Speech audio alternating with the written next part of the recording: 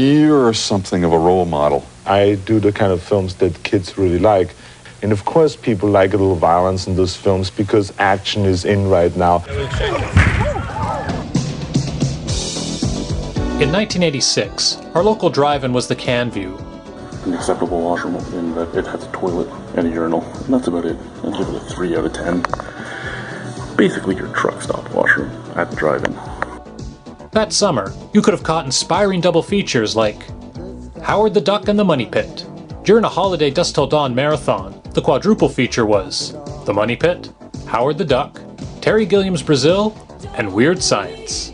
That must have felt like a contact high, going from Howard to Brazil to Weird Science. I know that I haven't been looking forward to Howard the Duck as long as you all have. I must say it's just delightful. It's such a fun picture. It deserves to do well. Probably the best pairing that summer was Arnold Schwarzenegger's Commando with James Cameron's Aliens. Congratulations. You have a lot of fans out there. Well, they're all here because of you. It's fun to imagine the Canview that evening. People are in their cars settling in. They've got their popcorn, maybe a secreted six-pack. They're excited for the highly anticipated sequel to Alien. But first, the muscle guy from the Terminator will provide a little action overture. Is this a violent film? Well, it is an action-packed film. Action. You know, it has some violence in there. Commando has a great opening scene of some poor schlub getting assassinated by his garbage men. You gotta feel bad for the guy, that the final moments of his life were spent scrambling to gather the household trash, stressed out he's gonna miss that week's pickup. Nothing's worse than being stuck with last week's garbage. Well, almost nothing. You could have been just a villain in a James Bond picture like that big guy Jaws. How did you become a genuine movie star? This is not a fluke. It's been going on for a while now. Arnold Schwarzenegger has one of the most impressive careers in film history. With an obsessive work ethic and a ton of charisma, he made himself into a leading man of some of the greatest and most popular films. And not only action, but sci-fi and comedy and heartwarmers. Well, I think a lot of it has to do with your wonderful reviews that you're giving me all the time. I have not. I think that I've bombed you out every time except for Stay Hungry. I think that you have done such a wonderful job in my career that I really have to thank you for what is happening in my career. I give you one good review. Commando, however, is before Schwarzenegger knew how to turn on the charm. He's not there yet. The opening scenes of him romping around with his daughter are awkward. His smile looks so forced. Like, man, I wouldn't have been surprised if he grabbed her head and smashed her right through the table after she smears ice cream on him. Ooh, I take my acting classes seriously, and how often do you go to acting class? Before a movie, 2 months before, just about every day. I'll be back, Benny. The script gives him a ton of one-liners, but because of his stiff delivery, they fall flat. A lot of them don't even come across like jokes. Don't disturb my friend. He's dead tired. I eat green berets for breakfast. I'm Jessic. Why don't they just call him Girl George? What's in this? You don't want to know. Why doesn't he want to know?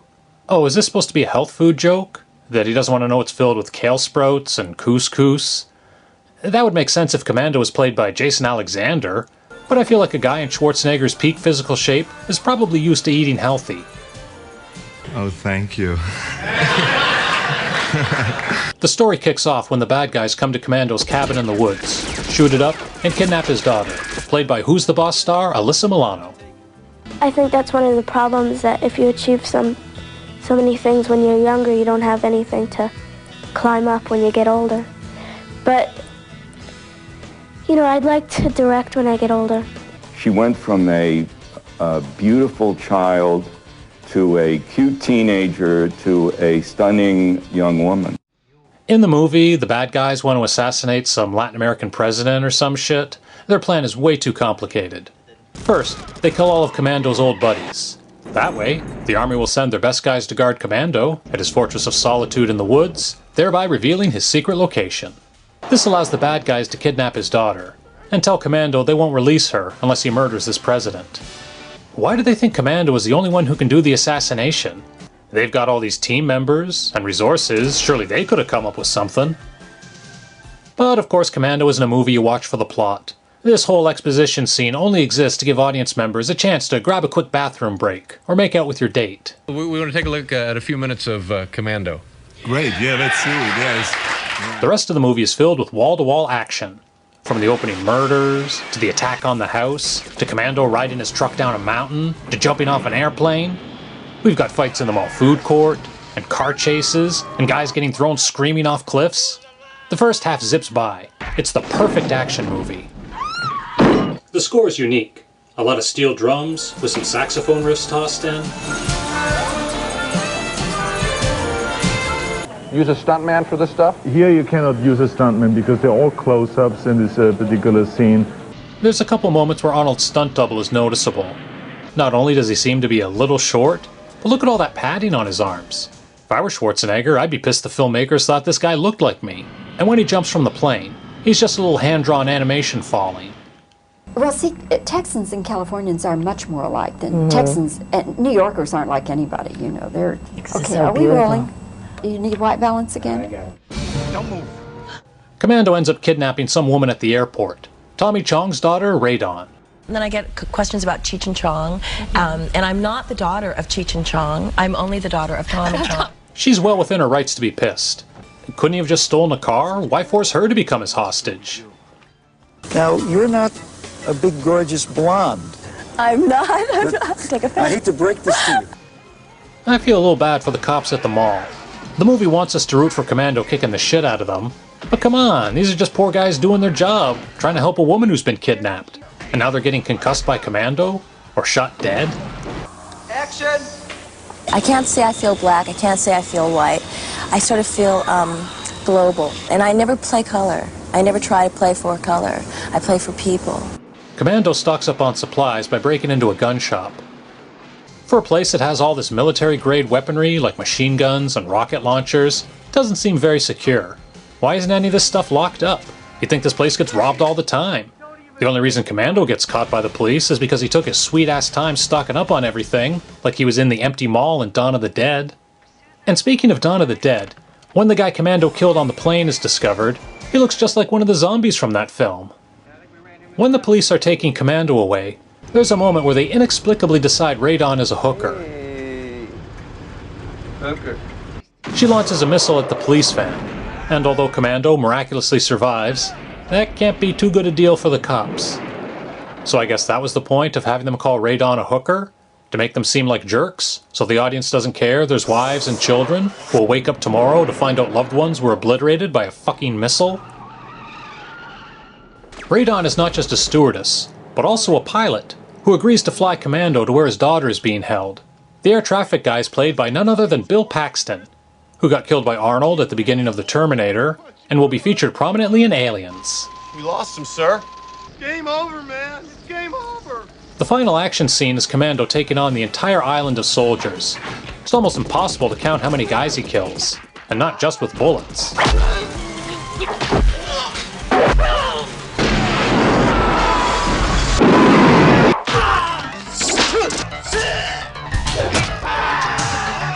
I think you're selling a lie to young children, and the lie is this, that war is fun. How do you plead, guilty or innocent?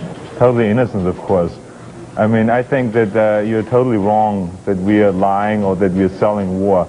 But I think there's a very entertaining movies. Commando is entertaining, Rambo is entertaining, the Clint Eastwood movies are entertaining, and this is why those kind of movies are making it in the box office, and all the other stuff that so many of the critics think is a serious piece of work go in the toilet. During the big explosions, you can clearly see how a lot of the soldiers are just dummies staked to the ground. To make matters worse, a lot of them don't even fall over during the blast. This part of the island Commando is plowing through must have looked familiar to moviegoers in 1986, because just the previous year, this was where Axel Foley was shooting it out.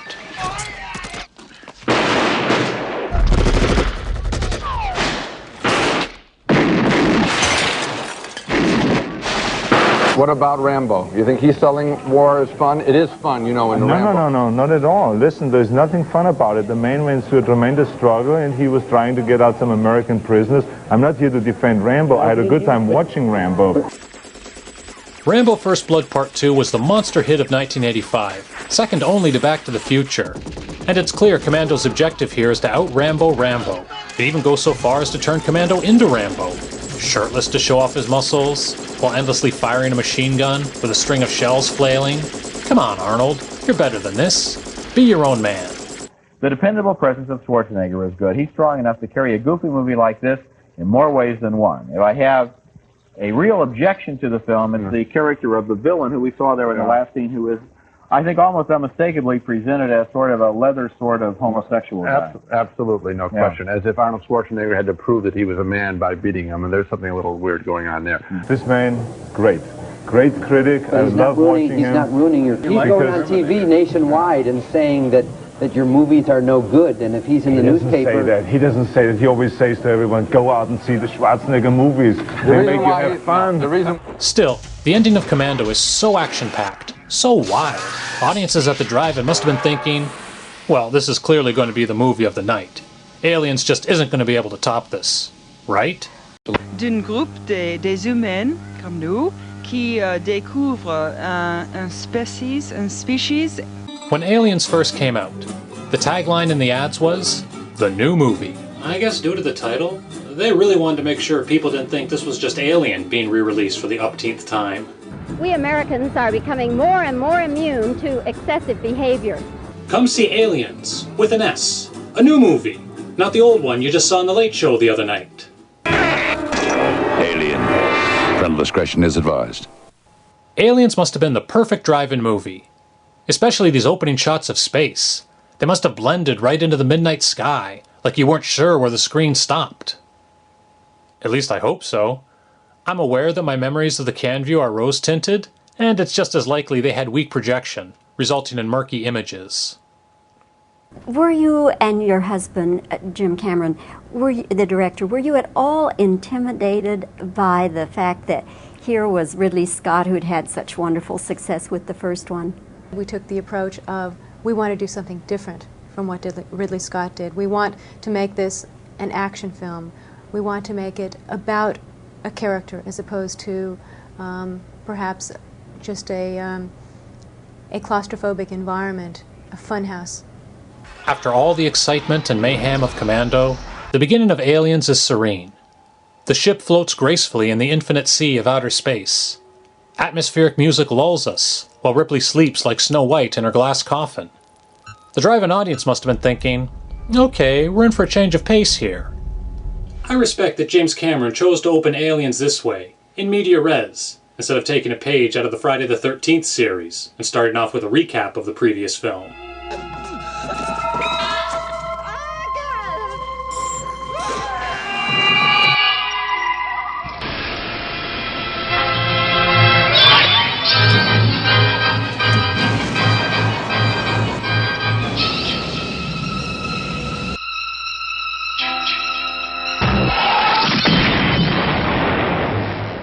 Things suck for Ripley. When she's discovered, 57 years have passed, so probably her apartment is gone, and they've thrown out all her stuff, and her favorite restaurants have closed, and her late fees at the video store have gone through the roof. This guest is an actor, also a comedian. He has appeared in such films as Diner, Beverly Hills Cop, and the soon-to-be-released Aliens. Please say hello now to a very funny gentleman, Paul Reiser. My next guest is a very talented comedian and also an actor. He is one of the stars of a brand new motion picture entitled Aliens. Folks, please welcome back to the show, Paul Reiser. You may have seen our next guest playing a yuppie weasel in the motion picture Aliens. Please welcome Paul Reiser. The couple of weeks after that show, people will just walk by and just say nasty things. And I'll go, I hate you. And I'll go, and you know, after a while, I realized it was from the movie, but it's not a nice feeling. Did you enjoy working with Paul? Well, I mean, I don't want to mislead the American people, but and Paul has a nice smile, of course, but I wouldn't want to go so far as to say that we got along in any way. Back in '86, the drive-in crowd would have been seeing the original cut, which did not include the scene of Ripley learning her daughter, now grown, has passed on. It's a poignant and heartbreaking moment. How it must crush her to know she missed her daughter's entire life. She must feel like a failure. She must wonder, did she forget about me? As a result, the theatrical cut doesn't exactly communicate all that Ripley has lost. At best, she comes across more grumpy than devastated. Despite this massive change, I prefer the theatrical version to the home video director's cut, because I like not seeing the station, or Newt, until the Marines arrive on the planet. The movie is more mysterious and eerie when the audience learns everything the same time as the characters. The reason this new sequence sticks out to me so much is that it's the only time the movie cuts away from Ripley's point of view. Excuse me, Bobby, do you need to re-up? Yes, I do need to do re-asks. And speed. Lucky for Ripley, the company decides not to make her cough up for the ship she destroyed. But now she's living in this shitty little apartment. Did they have to twist your arm to get you to do this one? Not really. Maybe, slightly. I'm surprised to see she has a subscription to People magazine. Not only that the magazine still exists, but that it's still publishing physical copies, on paper, instead of some hologram that gets beamed into your brain every month. Maybe it's an antique issue of Peep Show, from 30 years ago. Ripley's catching up on all the celebrity gossip she missed. What the hell were you thinking? The bad news, however, is that she has to go back to the planet to investigate some missing terraformers. And wouldn't you know it, now there's not just one, but 100 aliens running around. 100? Carrie, I should point out that your parents are from the States, but you lived in England for a long time, and they came to your school in England and photographed you all, out on the playground at lunchtime or something? Well, we were eating lunch, and Sarah Jackson came around taking all the girls' photos. The movie Aliens reminds me of most is the Texas Chainsaw Massacre. Not because it involves clueless people traipsing into places they don't belong and getting slaughtered by its inhabitants, but because of the pacing. Once both movies start the action, brother, it does not stop. The momentum builds to a fever pitch. While a lot of movies are exciting for their time, 40 years later, Aliens maintains all its power. Terminator 2 may have more mind-blowing special effects, and humor, and a general sense of fun, but despite the unrelenting gloom and gruesomeness, Aliens is a strong contender for being James Cameron's greatest action movie. What I'm going to say about this film is, you better take along a paramedic, is what I'm going to say. The 1-2 punch of Commando followed up by Aliens sounds like a magical night at the drive-in. The amazing visuals, the unprecedented level of excitement must have sent everyone speeding home all charged up. I bet they flashed their headlights and gunned the engine. The feeling of happiness one gets after the experience of a great movie is one of the sublime pleasures of life. At the end of the movie, you know what? I felt really bad. My stomach was all knotted up, and I was jumpy and unhappy and tense, and it took me a while to get back to normal again. Aliens was so strong it was overkill. It really did upset me. More shocking than the chestburster scene of the original Alien is Siskel and Ebert's reaction to Aliens. But if I were talking to a friend, I think I'd say, hey, I'm not sure you want to see this movie. What kind of a mood are you in? And I will use you and everyone listening to me as a good friend and say, hey, I think you want to see this movie. Really? From their pearl-clutching review, you'd think they were talking about Salo. This is pretty much wall-to-wall. The monsters are on the attack. And I have another objection. This is one of long-standing. I think one of the cheapest shots you can do in a movie is show a child in peril. And this movie holds that little girl that we saw in the last scene in peril for quite a long time. She's probably in peril for 15 minutes of the movie. And I was saying, who needs the grief? I don't want to see the little girl grab. I know your point. Was it scary at all? I mean, if anybody goes to see this movie, were those things scary to you as it was happening? No.